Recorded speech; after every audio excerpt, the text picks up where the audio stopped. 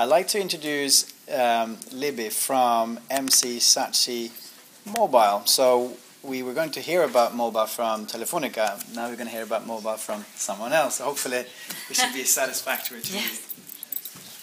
Hi, I'll give you a very brief overview because no one probably knew I was going to be here. Essentially, MC Sacchi Mobile, we are a full-service mobile agency.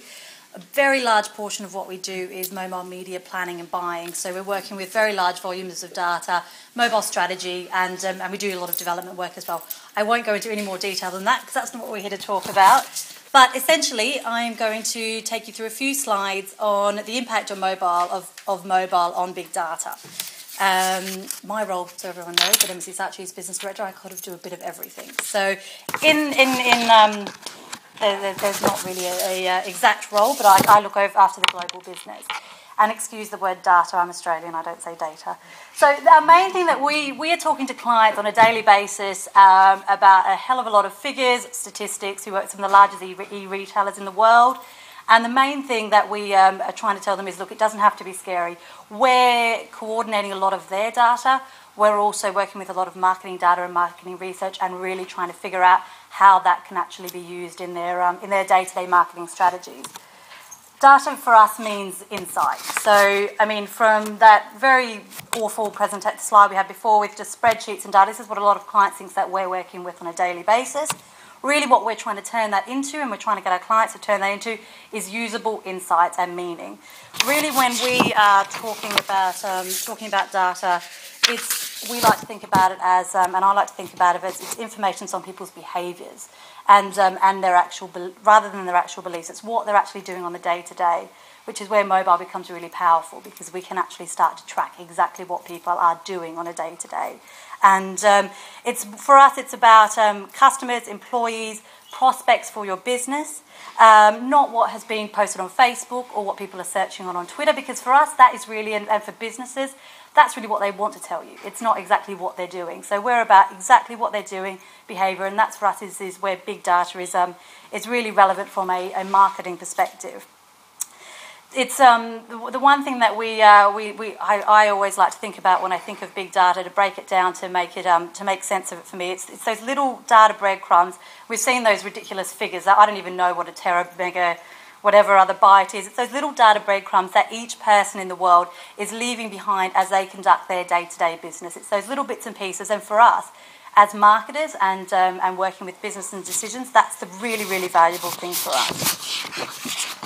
I'll take you to the next slide. One of the proliferation of smartphones, when we're talking about what you're doing and where those little bits of data are coming from, mobile is playing a massive role. Smartphones is really playing a massive impact in how that data is being collected and how that data is being used. Mobile devices have the capability to learn its owner's habits and preferences, track location, hold applications. The data is tailored to that particular user's needs, and really then it becomes for businesses far more valuable. We're able to pinpoint and target users through various mobile channels based on what language they have, their default language on their smartphone, where exactly they are within geofence locations, what applications they have on their phone. So are they interested in fashion, consumer-based, or products, or exactly what they're doing? Do they like to travel a lot? When they run, because they might have a Nike app, which takes me to the next slide, they might have the Nike Plus app on their phone, and we might be able to tap into that and actually find out how far they're running each day. And businesses like Nike are using this information to actually go to a consumer and say to them, well, actually, now you might be ready for a new pair of shoes because we know you've done 750 kilometres, not me. Other people, so they're able to use that data in a ridiculously targeted way because we're actually starting to track this all through the mobile device. Companies like Amazon, a really, really great example for a company that is using data incredibly well. They're now storing ridiculous volumes of data about what we're buying, what our purchase behaviours are, when we're buying, what time we're buying. The race for storing as many credit card details as companies can is out there at the moment with companies like Amazon, Google Wallets. You've got the race for all of the NFC near field communication debate going out there at the moment. So everyone's trying to get as much data as they can, and a lot of this is coming through mobile. I've got the Wi-Fi symbol up there because we're now even able to target consumers and brands and consumer mobile products able to target consumers based on whether they're looking at their device through a Wi-Fi network or a 3G network. I was at an event today, and we had a company that was literally just serving advertisements to Mobile Marketing Live to those people within that event on particular mobile devices. So we're really able to get very targeted because of the mobile device and because of the information and the data that's being stored on them. Closer look at the mobile market before we move into how we actually can utilise that data and how many companies are doing this quite well.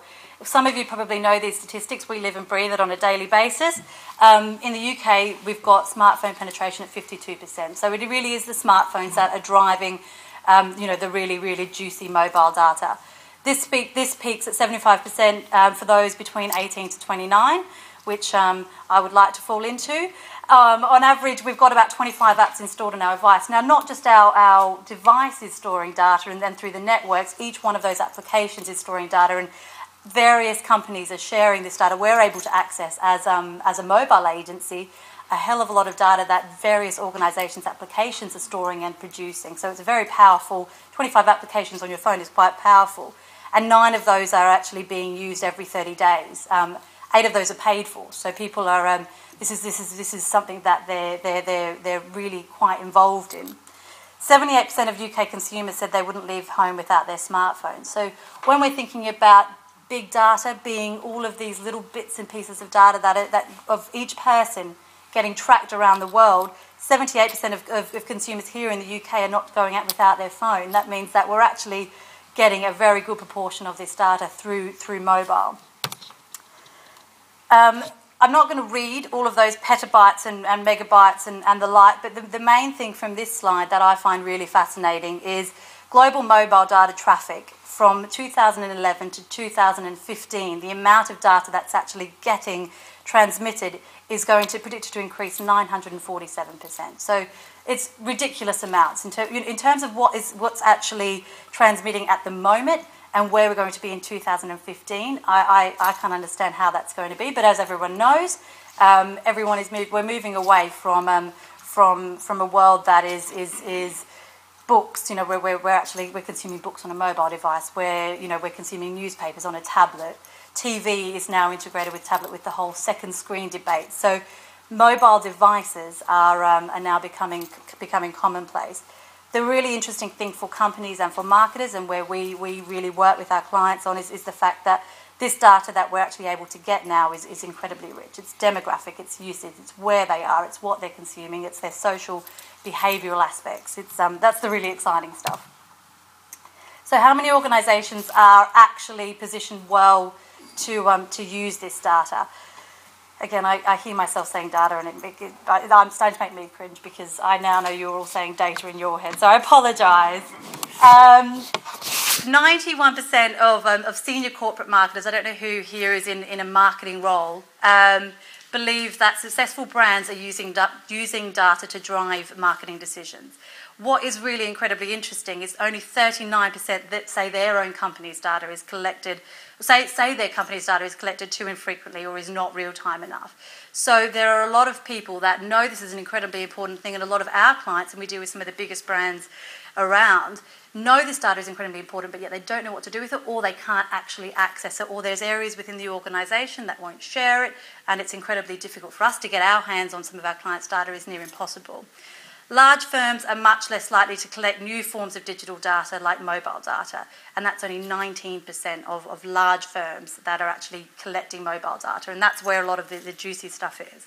Whereas people are still collecting, and this is last year's data, but people are still collecting traditional customer surveys, 3-4 times more at 74%. So that's what's still driving a lot of marketing decisions, which is quite scary.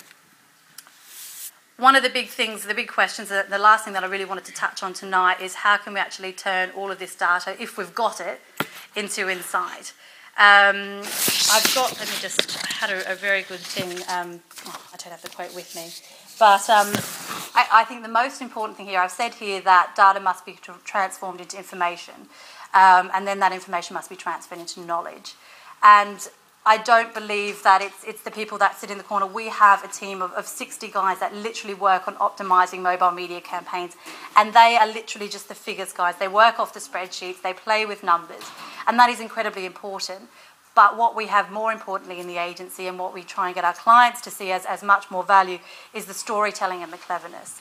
It's actually bringing in insights, it's figuring out what this data means in terms of stories, in terms of what it means, how you can actually put me as a consumer into a pigeonhole, how you know how I'm going to react, where I'm going to be, how you can actually reach me, what I care about.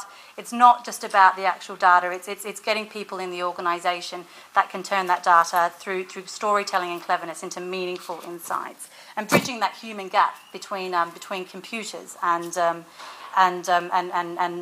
every day. Steps to do with big data, I'll fly through these because I don't want to spend too much time. The main things that we work with clients on, and we try and get clients to do, is really, it's all about identifying what you've got within your organisation, whether it be limited or whether you've got a lot there, and actually finding where it is within the organisation, figuring out where the gaps are. So a lot of organisations are sitting on a massive amount of data, a massive amount of knowledge themselves, but there are a lot of gaps. Some of that might be in terms of the insight, some of that might be in terms of generating the meaning, or you might just be missing on one of your product bases. We do a lot of work in the retail space. There might not be a data set on a particular product set. So figuring out where your gaps are, and then making sure that you align your strategic choices around the data you've got, where the gaps are, and then how you actually want to move forward. So really identifying what you've got and what you need to do with it. Link data to metrics developed for ROI. We're all about it's all about performance. It's all about return on investment, and there's no point in using data if you're not going to have a return on investment or a business case for it. And we're in the marketing and advertising business, so if you put $1 in, you want to get $1 back. Utilise data to inform rather than confirm decisions. This is very straightforward. You know, it's in terms of new products. In terms of your communication strategies, in terms of new markets to launch in. With mobile, we a lot of what we do is work with big organisations to determine where their best market, their best new market might be, or emerging market. So looking at countries like Bulgaria, and what the smartphone penetration is there, and where that's going to grow, and what the people are doing there, and that can inform some informed decisions. Data has taken over intuition. You've got no excuse for not knowing your customers. You can actually get access to the data, and you've just got to use it. Everyone now, the majority of us, I see a lot of smartphones here at the moment. We can get the data. You've just got to use it, and really it comes down to using that data to personalise marketing efforts to customers, because we know where they are, we know what they're looking at, we know what they care about, and it's in the palm of your hand. Last slide is really on how big data will impact future forecasting and trends, and I'm looking at this from a marketing perspective.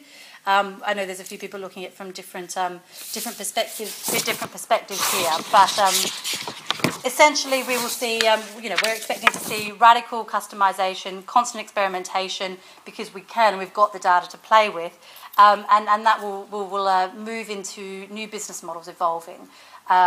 Based on really understanding consumers and the data around that. We'll be looking at where we're expecting to see a lot more accurate forecasts, which really means that brands can move even closer to their target audiences, able to find them and really get into their pockets.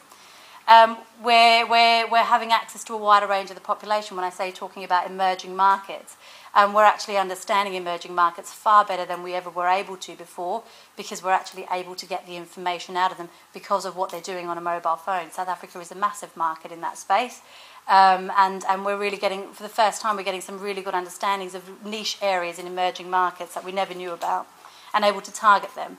Target customers' current and future preferences and habits. We're able to draw amazing trends from mobile data about what people actually care about, and we can try and start to predict what they're going to do and what they want to get from you as an organisation. And then one of the last ones is answer customers' demands before they've actually been voiced. It used to always be about waiting for a customer to actually have a complaint. now we're able to see if they're where they're having frustrations in your in the process. If they're going onto a mobile website, where are they dropping off? If they are shopping in your store, they then go onto a tablet and have a look at a product. They then look at your application online. We're able to see where they're falling down, where they're actually spending, where they're not spending, what their actions are, and it's starting to get really quiet, and we're able to answer their questions before they even know that they actually have the questions. In conclusion, what I would say is the faster we can actually get the information back, and this is where mobile is playing the biggest role from our perspective, it's being able to get us that data back incredibly quickly. We're not relying on panel-based data or web data where people are actually at a PC. We're getting real-time data. The faster we can get that information back means the faster we're able to recognise trends, recognise behavioural changes, and from that we can actually begin the learning cycle and make changes as an organisation quickly. Because information is power, and we're all trying to reach the right people at the right time and get them to do what we want them to do.